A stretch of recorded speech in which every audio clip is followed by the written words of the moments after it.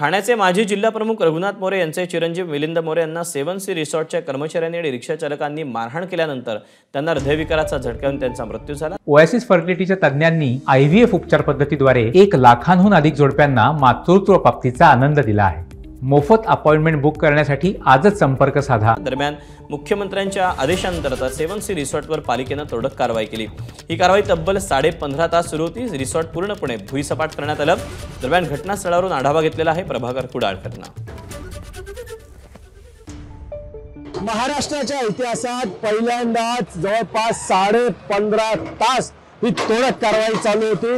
विरारच्या नवापूर येथील 7C या रिसॉर्टवर दुपारी 12 वाजताची कारवाई सुरू झाली।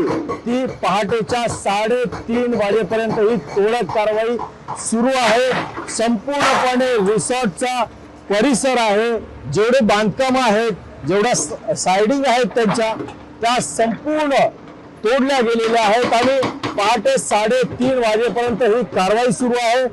पालिका प्रशासन आणि महसूल प्रशासन याच्या संयुक्त विद्यमाने ही कारवाई सुरू आहे।